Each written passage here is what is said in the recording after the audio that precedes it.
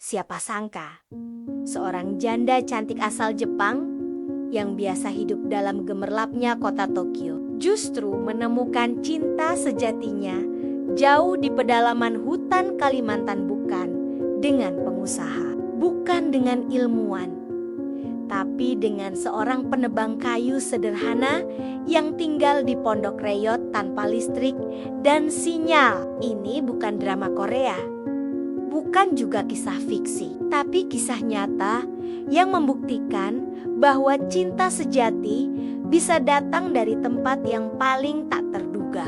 Bagaimana bisa seorang wanita asing tersesat di belantara hutan dan malah memilih tinggal selamanya bersama pria yang bahkan tak bisa mengucapkan namanya dengan benar? Jangan kemana-mana, karena cerita ini akan mengguncang hatimu dan membuka mata tentang arti cinta yang sesungguhnya. Simak selengkapnya video ini sampai akhir. Yang sudah subscribe dan like, saya doakan hari ini mendapatkan rejeki yang berlimpah dan disembuhkan dari segala penyakit. Jangan lupa absen di kolom komentar dari daerah mana saja kamu menonton video ini.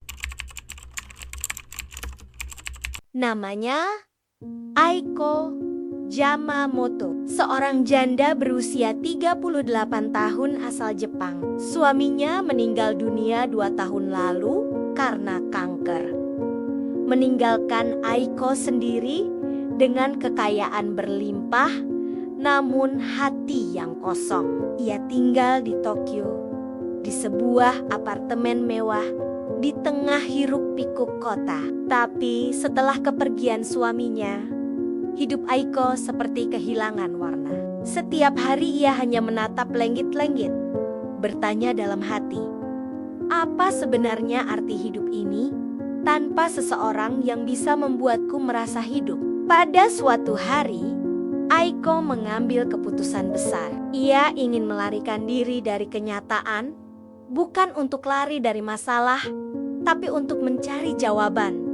Ia memilih Indonesia sebagai tujuan, bukan Bali, bukan Jakarta, tapi hutan Kalimantan, tempat yang bahkan tak pernah ia dengar namanya sebelumnya. Ia ingin menyatu dengan alam, berharap bisa menemukan kembali kedamaian yang telah lama hilang. Namun, nasib berkata lain. Di tengah perjalanan menyusuri hutan bersama rombongan wisatawan, Aiko terpisah. Hujan deras turun tiba-tiba, tanah licin, jalan samar, dan sinyal ponsel menghilang. Ia berjalan tanpa arah, tersesat, tubuhnya lemah, pakaiannya basah kuyup. Hari mulai gelap dan suara binatang hutan terdengar mengancam. Di tengah keputusasaan itu, Aiko jatuh pingsan di bawah pohon besar. Air matanya mengalir perlahan. Saat ia membuka mata, ia sudah berada di dalam sebuah pondok kayu sederhana. Seorang pria berkulit sawo matang dengan pakaian lusuh sedang memanaskan air. Namanya Andi, seorang penebang kayu lokal yang tinggal sendiri di tengah hutan. Ia menemukannya tak sadarkan diri dan membawanya ke pondoknya dengan penuh kehati-hatian. Aiko tak mengerti bahasa Indonesia. Andi tak bisa bahasa Jepang. Tapi entah kenapa, tatapan mata mereka bisa saling berbicara. Hari-hari berikutnya adalah pelajaran kehidupan yang tak pernah Aiko dapatkan di kota. Andi mengajarinya cara menyalakan api, mengambil air dari sungai, dan memasak dengan bahan-bahan dari hutan. Mereka berbicara dengan isyarat, dengan senyuman, dengan keheningan yang justru terasa hangat. Aiko mulai merasa damai, jauh dari kemewahan, tapi dekat dengan keikhlasan. Dan perlahan, cinta itu tumbuh, bukan karena kata-kata manis atau janji indah, tapi karena perhatian yang tulus. Andi selalu memastikan Aiko makan tepat waktu.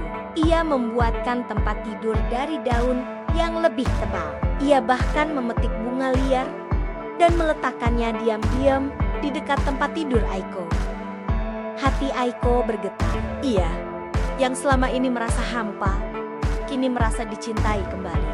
3 hari kemudian, rombongan penyelamat datang. Aiko bisa kembali ke peradaban, ke hotel mewahnya, ke dunia lamanya. Tapi yang terjadi justru sebaliknya. Aiko menangis.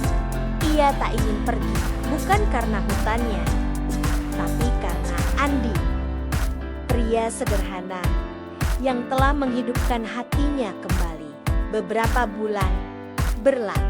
Kali ini, Aiko datang lagi ke Kalimantan, tapi bukan sebagai wisatawan. Ia datang sebagai istri Andi. Mereka menikah secara adat di desa kecil tempat Andi berasal. Warga desa menyambutnya dengan hangat. Meski tak sedikit yang heran, mengapa seorang wanita Jepang yang cantik dan kaya mau tinggal di pedalaman bersama penebang kayu? Jawabannya sederhana, karena cinta tak butuh logika. Karena di tengah hutan yang sunyi, Aiko menemukan suara hatinya. Kini mereka hidup sederhana, namun bahagia. Aiko bahkan membantu Andi mengembangkan usaha pengolahan hasil hutan secara berkelanjutan, mempertemukan teknologi Jepang dengan kearifan lokal Kalimantan. Kisah Aiko dan Andi menjadi cerita yang melegenda di desa itu, tentang janda Jepang yang tersesat, tapi justru menemukan arah hidup, tentang cinta yang tak kenal negara, bahasa, atau status sosial.